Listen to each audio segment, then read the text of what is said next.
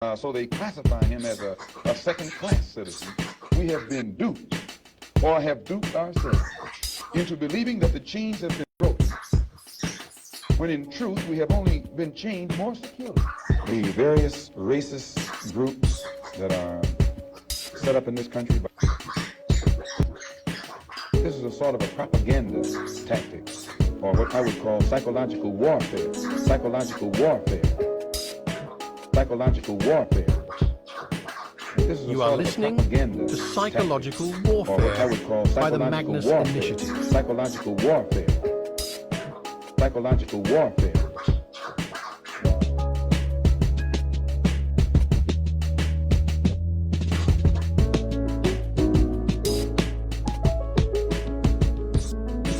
This is a sort of a propaganda tactic, or what I would call psychological warfare. Psychological warfare.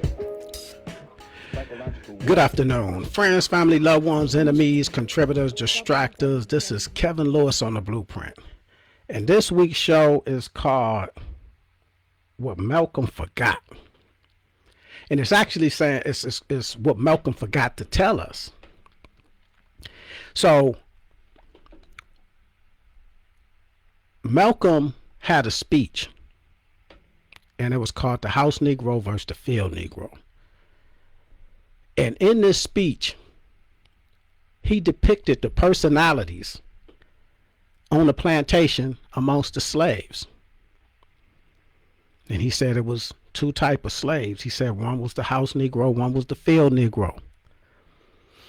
And he broke it down for us. And Malcolm said the house Negro, he was a Negro that stayed in the house. He was a Negro that stayed in the attic or the basement or some back room inside the house with his master. He ate better than the other slaves because he was eating in the house. And a lot of times he was eating the scraps off of the master's table. He dressed better, and he had to, because he was in the master's house. And a lot of times you were in that house, you entertain guests and you serve the guests. So they wanted you to be a little more presentable. They needed you to be a little more presentable. So you dressed better. A lot of times you spoke better. And you loved your master. That's what Malcolm told us. Malcolm said, yeah, that house Negro, he loved his master. Or massa. And sometimes he say he loved him so much, he loved that master more than he loved himself. And when that master got sick, Malcolm said to the house Negro, say, what's wrong, boss? We sick? That was the mentality of the house Negro on the plantation. And he said, Malcolm said, if the master's house caught on fire, that house Negro will fight to help fight the fire, to help the master fight the fire. And then he said, on the other hand, it was a field Negro. He said that field Negro was out in the field working, sun up to sundown, working his hands to the bone. He stayed in the slave quarters, which was no better than any animal that they had on a farm, like a farm animal. He ate scraps that they threw away when they were slaughtering the animals for the house. The parts that nobody wanted. The guts. The feet. And they gave them scraps to that field Negro. And he made your chitlins and ham hocks and pig feet. Things that became what we call soul food. Malcolm said that field Negro, he hated that massa. He dressed in rags because he was out there in the field. They didn't care how he looked. They didn't care how well he spoke. They didn't care how how he smelt. He was just like another animal, and he was treated as such. And when he didn't produce the product that the master needed, the weight of cotton or whatever it was, he was out there doing sugar canes or whatever, he got beat. And that field Negro hated his master. That field Negro, if the house caught on fire, Malcolm said that field Negro would be praying for a wind to come and help fan the flames and help it spread even quicker. And if that master got sick, that field Negro prayed that he died, because he hated that master and that whole system and that plantation. And Malcolm said that if someone talk to that field Negro about getting away, he didn't even care about where. He like, let's go. What's the plan? On the other hand, that house Negro will be like, man, I ain't going nowhere. Where I'm going to go that's better than this. That's what Malcolm told us. And then he told us how that translated into present time house Negroes and slave Negroes in our community, so that we can identify them when we see them. He said in his day, he said the present day house Negroes is the ones, they love America. They love the red, white, and blue. They content with being subservient, second-class citizens in this country. And when they say we, they talking about all of America. They're talking about the economy. Oh, the economy is down. They'll feel the woes of that. Oh, the president got assassinated. Oh, they'll weep and cry. They'll be cheering for the Olympic teams, the hockey teams, and things like that. The bobsled teams. Yeah, we won. The field Negro was nothing like that. The field Negro, he see the system as a plantation. And he wanted to get rid of the system. His solution was revolution. And when he said we, he meant the black community. He didn't see the white man's system as his system, or the white man's country as his country. Malcolm said most of us in the community was the field Negro, had the field Negro mentality. And he wanted us to identify who was who and what was what in our community. So what did Malcolm forget? And what am I talking about? What I mean, what did Malcolm forget? And what I'm saying is, Malcolm forgot to tell us the rest of the story about the rest of the personalities on the plantation, the ones that are still present today. So that's what I'm here to talk about, the things that Malcolm forgot to tell us. Because see, there was some house Negroes that was field Negroes. They had a field Negro mentality. And there's some of them house Negroes, they never forgot where they came from. Or they didn't forget what was happening to their people out there in the field. Even though their conditions was better, they knew that some of them people out there was their families. And some of them house Negroes, it was some that hated the master too. Not for the way that that master may have been treated them, but the way that they was treating theirs. Because they had a we mentality, which was us. And some of them house Negroes, historically, you look at, some of them poisoned their master when they had the food, when they cooked the food. Or they spit in it if they didn't have poison. They hated their master too. Because some of them had sons that was out in the field, or husbands that was out in the field, or mothers and fathers that was out in the field. So they didn't love that master. And also, what Malcolm forgot to tell us, it was some field Negroes that wanted to be house Negroes. They wasn't worrying about leaving the plantation or the destruction of the plantation. They just wanted to be in a better condition, in a better predicament. And they envied the position that those house Negroes was in. And some of them field Negroes they had a house Negro mentality. They was out there in the field. They talked that field stuff, but they wasn't really field. They wanted to be accepted by their master. They wanted to be loved by the master. They wanted to be treated better by their master. And so these are the ones that told when the other field Negroes was planning their escape from the plantation. Because we had those out there that went and told the master that, hey, they planning on escaping tomorrow night, master. Why was they doing that?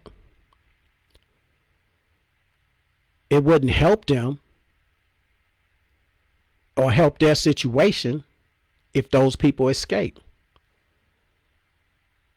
It'll help if they told on them.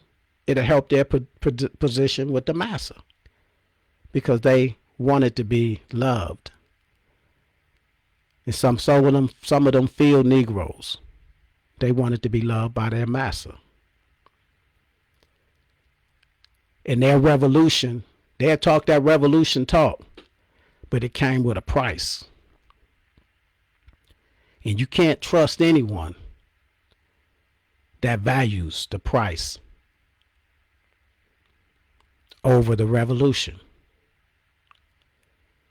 because those are the ones that become snitches. Those are the ones that dance real hard to be accepted. And some of the prices were too high, and they didn't want to pay that price that it may take to have that revolutionary mindset and that revolutionary talk. And today, these are the same people that you could look at and you could tell who are those house Negroes that with a field Negro mentality. They not gonna let their oppressors know their mentality. They're gonna go about their business, but in the back of their mind, they waiting for the opportunities to help their own, slide them some food, slide them some medicine, to do something to help them, slide them a map of the plantation and tell them which way to go and when's the best time to go. I saw something the other day. It said during the times of Thanksgiving, between Thanksgiving and Christmas, that's when the Underground Railroad was at its peak, the busiest. That's when our people was trying to get off the plantation. That just struck me as odd because it's kind of serendipitous that I'm talking about all of this after Thanksgiving. Because whatever happened during Thanksgiving has already happened. It's already came and went. And just like our people, sometimes we're a day late and a dollar short. And our mindsets is sometime a day late.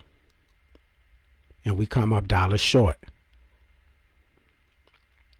And I'm not coming on here to talk about anybody that celebrated Thanksgiving. I'm not doing that. That ain't even my type of concerns. Because we all grew up with house Negro mentalities, because we were taught that in school. Our parents was taught that in school. And we all embraced the 4th of July growing up. We all embraced Thanksgiving and Christmas growing up. But these are house Negro celebrations, because you celebrating master's holidays. And some of us, we slowly matriculate to a field Negro mentality, and we start to have to give up things that we love. And all those little pleasantries of getting with your family during this day or that day or whatever day, and dressing up and doing these type of things. Easter and all these things, and we slowly breaking away from those mental chains. And it's like we sawing at those chains. You just don't snap them. Many times you just don't break those chains. It takes a while to saw through them. And you start to relinquish some of that house Negro mentality or the things that we have been ingratiating over the years. And some of us haven't got there yet, and that's cool. That's understandable. And I'm not here attacking anybody that gets with their family during Thanksgiving, because we all have a journey that we have to take. And sometimes that price is too steep at the moment. Those things are hard to do. It's hard to do things that we have been doing as a people and taught to be doing as a people for generations. And the comforts that come with doing those things, it feels good to celebrate with your family. It feels good to celebrate with your kids on the 4th of July and do fireworks and not worry about what you celebrate. It feels good to have those Thanksgiving dinners the way that we can have Thanksgiving dinners with the macaroni and cheese and the pies and the turkey and the hams and doing all these things like that. And it's just a good time about family getting together for this day. And sometimes that's a hard thing to relinquish. And that's cool. Maybe it'll come with time and maybe it won't. But today we got people that act or talk like they feel Negroes. They're all about the movement. They're all about the revolutionary mindset. But they still got house Negro traits and qualities to them. And that's fine. That's fine. Some of these house Negroes, they believe in the system still. You are who you are. You do what you do. And some of these field Negroes or so-called field Negroes that's out here claiming that they're in the field and they got that mentality, they apologetically black. Because anytime they talk pro-black, then they apologize. Well, but that don't mean that I don't like white people. I don't care what they think. You'll never hear me come on this show with the red, black, and green flag behind me and try to be apologetic with Huey Newton on the wall, with Malcolm X on the wall, with Tommy Smith and John Carlos on the wall, with Angela Davis on the wall, with the Black Continent on the wall, the blueprint of mankind, and the blueprint of how to improve our situations. You'll never hear me come on here and say, but just so y'all know, I have nothing against white people. I don't have to apologize or explain anything. If you know, then you know. And if you don't know, then you ain't looking and you blind. And I don't care if you dumb, deaf, and blind, or if you just blind and deaf. I'm not apologizing because it's work that has to be done. And I'm still working on me daily, by the hour. But some of these field Negroes, they sit there and they'll talk that talk with you. Act like they walk that walk with you, but it comes at a price that they sometimes are not willing to pay. And that's fine. If you're not there yet, then do what you do. But don't act like it's nothing wrong with us doing some of the things that we do. This is what I'm getting at. Don't try to justify what you're doing and say that it's okay to do that. Just say that this is some things that I still do. That's all I'm saying. Don't act like you got that field Negro mentality and then try to explain why you doing Thanksgiving. It's not just somebody. I heard of plenty times. People say, well, I do Thanksgiving because I'm thankful for this and that. Yeah, well, that's what Thanksgiving is about, right? It's a time to be thankful. They picked that day to be thankful because they was thankful what the Native Americans, they say, did for them to help them survive before they slaughtered them and took their land, killed their women and children, raped their women and killed their women and children, took their land, put them on plantations, basically, concentration camps, separated them,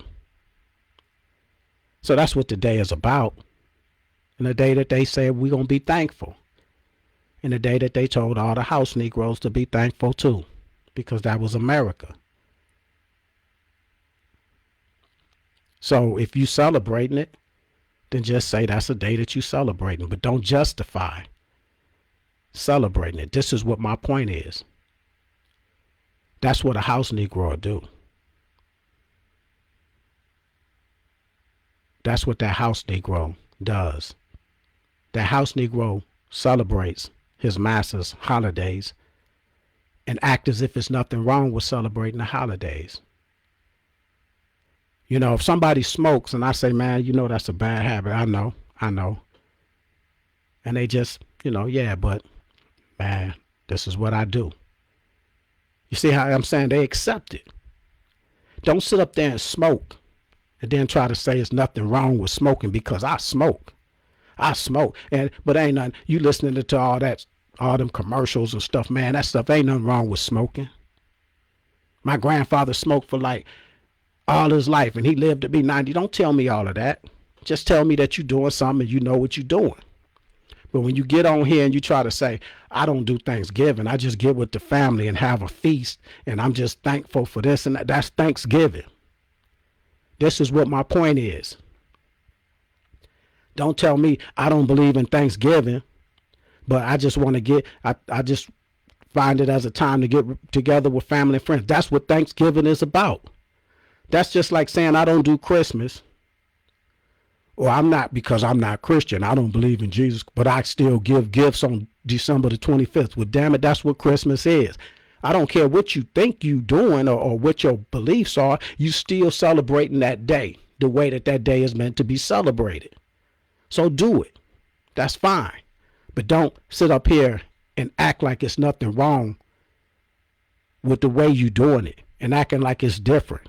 As if all these white families across America, when they get together with their family and have all these meals and a table full of food, that they get up and they pledge allegiance to the flag in the middle before they eat their food. They don't do that. They just sit there and they eat and they give their thanks for whatever it is they say they're going to have to be thankful for, or they just going to not give thanks and sit there and eat, because that's what the day is about. So don't do that and then act like it's different when you're doing it. Stand on what you do.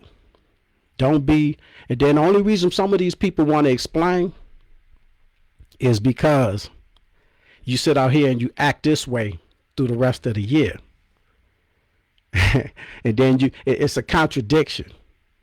That's that cognitive dissonance, because you're doing this while you acting like that. And so now you got to explain the difference or the conflict within the cognition of what you're doing, the way you're thinking and the thought process when you know it's a conflict. So you got to explain. Just say you do what you do. If I say I work out and I say you got to take care of yourself, and I believe in taking care of yourself, but I still smoke. I don't. But I'm saying if that's what I do, then I'm just standing on what I do. And I say, you know what, but one day I'm going to be able to quit. Or maybe I won't. But I'm not going to justify smoking. That's what my point is. I appreciate Aisha Ray for showing up. Coretta Co, I appreciate you showing up. Sakina, I appreciate you showing up. Walaikum assalam, sister, the greetings. Lede, I appreciate you showing up. So this is what I'm getting at. Malcolm didn't tell us that there was some field Negroes that was still loving the massa. And many of us, see, we wasn't born field Negroes. We was born in the projects and slums and things, but we were taught in school to put our hands over our heart, pledge allegiance to the flag, and that's what we did, because that's what we were taught. There was nothing wrong with that. We wasn't taught about our revolutionary heroes. We wasn't taught about our past. So we wanted to be Americans and we fought to be Americans, but that's what some of the house Negroes mentality was about. We were being taught that. So it's nothing wrong with that. And it's nothing wrong with the process of detaching from that. But don't act like you trying to detach and you still caught up in doing some of the things, and that some of those things is okay to do. Just do what you're doing, and I see you at the crossroads when you get there. However long it takes for you to get there. But some of these field Negroes, or they act like they field Negroes, they still believe in the system. They still celebrate Master's holidays. They justify what they doing. And that's what it's about. They act like it's nothing wrong. And it's just like with me, like I was in the Army, United States Army. So people say, oh, you're a veteran. But not all veterans are the same. Because I was in the military, but I never went to war. And I have a lot of my friends that went to war. Their mentality is different. Psychologically, they have been affected. And psychologically, they have been infected. So I don't act like I'm one of them. I understand what I did when I was in the military. And I understand some of the prices that some other people paid when they was in the military. So I don't act like, yeah, I've been to war and I'm this person and I'm that person. I'm not doing that. I'm standing on what I did. I'm not trying to fake anything. I'm glad I didn't go to war. I'm glad I didn't get the psychological damages and the PTSD that some of my friends have. I'm glad I got in and got out unscathed, basically. And got what I could get out of it. But I'm not acting like we are all the same. Because then I will be fake. So don't act like we all the same. And that we all fighting the same revolution. It's nothing wrong with that. There's nothing wrong with people not being in the same place. But you do still have these house Negroes out here. You have the Tim Scotts, the Herschel Walkers, the Kanyes, wearing Confederate flags on their jackets in the midst of a Black Lives Matter struggle. George Floyd protesting across the nation, and you wearing a White Lives Matter shirt with Candace Owens. That's another one. Walter Perry. We have them all over the place. You can identify them. I have even heard some of my family members having the house Negro mentality. And I understand that's what some of us will be. And I had one dude tell me one time, and it was about the time of July, whatever, 4th of July. And I was like, I posted something saying I don't do the 4th of July. I do Juneteenth. And so a brother that I know came on, Robert Jones. I'm naming people. Robert Jones came on there and said, he was basically saying, y'all, I'm paraphrasing. Y'all feel Negroes sitting up there talking about Juneteenth and not doing the 4th of July. And if it wasn't a 4th of July, you wouldn't have a Juneteenth. So he was basically saying y'all need to celebrate 4th of July and be happy that America got its independence. And I'm like, brother, you right, and you don't even realize why you right. But you way wonder your mind is someplace else.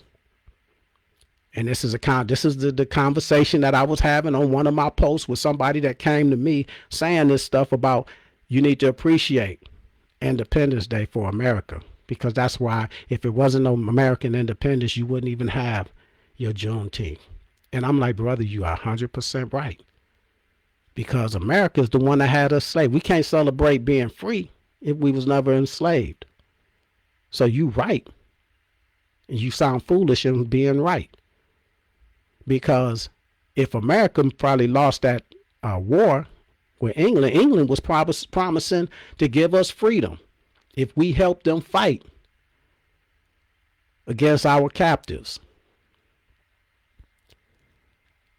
The birth of a United States. And that's what the whole, national anthem was about. the other verses. Y'all slaves will never be free. Y'all gonna take this to the grave. You try to help them, y'all not. We gonna whoop them and we gonna keep y'all slaves. So yeah, that's that. You right. It wouldn't be a Juneteenth. It wouldn't even have to be if it wasn't for Independence Day. So that makes me look at Independence Day even worse. But that's that we mentality when you're in the house and you comfortable with where you at. And your mindset has been psychologically impaired to love something that is detrimental to you and your people. You comfortable. You happy where you at. You in a snug little bed in the master's house with a different type of mentality.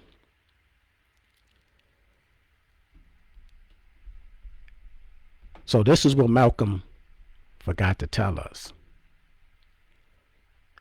And this is what I wanted to expound upon. And I didn't mean that he actually forgot. I mean, it was more to the personalities that was depicted in that speech. There's more to us in this community than just house Negroes and field Negroes. Some of them are hard to identify. Some of them talk like they talk the talk and like act like they walk the walk, but they walk funny when they walking with us, or they go to the back. They don't want people to know that they're associating with you. And sometimes I may, and if I've done this with some people that say, you know, I had people go in my DM and they happy Thanksgiving, I delete it. Boom. Because if you don't know me now and you've been knowing me for a while, then you ain't paying attention. I do not do Thanksgiving. And I don't knock those that do Thanksgiving. I don't do 4th of July. And I don't knock those that do 4th of July. And if you tell me Merry Christmas, I'm going to be like, you're a person that don't know me.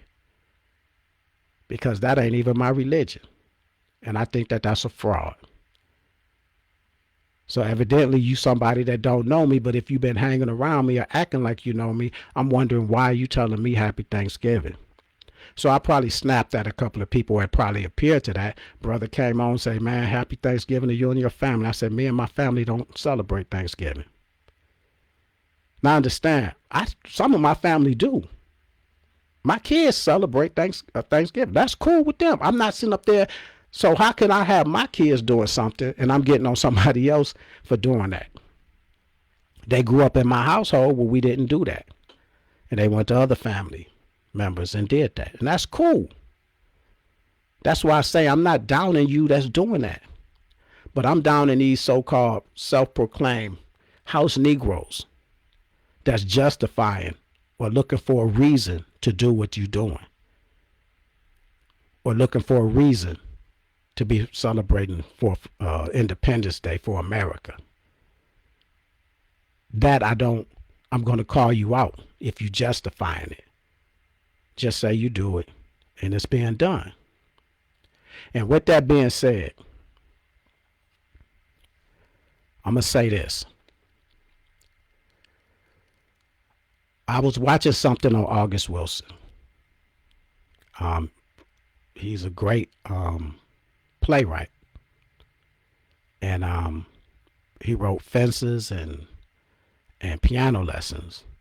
And he has a number of plays, and I think Denzel is trying to turn his plays into movies, and he's doing that. And he's getting what's Ma Rainey's Bottom, Black Bottom, or something like that. These are a couple of films that may be on Netflix or something like that. And I heard something that he said. August Wilson said, your willingness to wrestle with your demons will cause your angels to sing. And I heard that and I was like, hell yeah, I felt that. We have to be willing to wrestle with the demons that have possessed us in this country and cause our angels to sing and truly sing freedom and sing a melody of achievements, or just saying that we're on the right road to get the things those things that we call our goals. Those things are not going to come easy, not being in this country. You have something going on. It's a documentary out there called Bad Religion. And I implore many of y'all, if y'all get a chance to see this, I think it's on Prime. It may be on Prime. It's called Bad Religion. And it's talking about Christian nationality. And to me, and some of the things that's being said, and it's going back decades, and it's a movement in this country with Reagan, going all the way back and all the way up into today. And the things, the Roe versus Wade, all of these things are set in motion, and these are things that were meant to be set in motion. And it's called Bad Religion. And it'll give you a little more insight. And I heard one of the guys on there say, we are the Christian ISIS or Taliban. We are the equivalent of that. If they could turn America and America's politics, they control the education, you control the political scene and all of these things like this, and you're getting America to where you want America to be. And all the things that we're sitting up here fighting about, well, this president, his character is this and his character is that. Those people don't care about that. You whining and crying and letting them know something that they already know. They do not care about that man's character, his record. He's part of the agenda, and it's a big agenda. And they're trying to put the pieces in place to achieve a goal. We have to put pieces in place to achieve the goals. And we have to open our eyes to see what it is that's happening around us. And we need people around us that's doing that. But you can't go through this process with your eyes closed, or dreaming, or thinking that you're a part of this country and that you're going to be allowed to be a part of the movement that America is setting forth. So while you sitting here crying about somebody's record and them getting arrested and them being a felon and all, it doesn't matter to them. That has to sink into y'all mind. And understand, when people talk about, yeah, they bringing back slavery, they're going, you being funny, I think, But actually, they are. And we're going to have to bring back slavery too. Start recognizing who's in the field and who's in the house. And get things moving in the right direction. Kevin Lewis on the Blueprint. I appreciate everyone that showed up, all the comments. Hopefully, I'll have a better show for y'all next week. And check out the John Kev show next Saturday. We're going to have a good show. Supposed to be called Bloodshed. And it's not going to be what comes to mind when people talk about bloodshed. We're talking about family, shedding family. And sometimes those things have to happen also. Kevin Lewis on the Blueprint. Peace. This is a sort of a propaganda tactic, or what I would call psychological warfare. Psychological warfare. Psychological warfare. Take initiative. www.themagnusinitiative.com.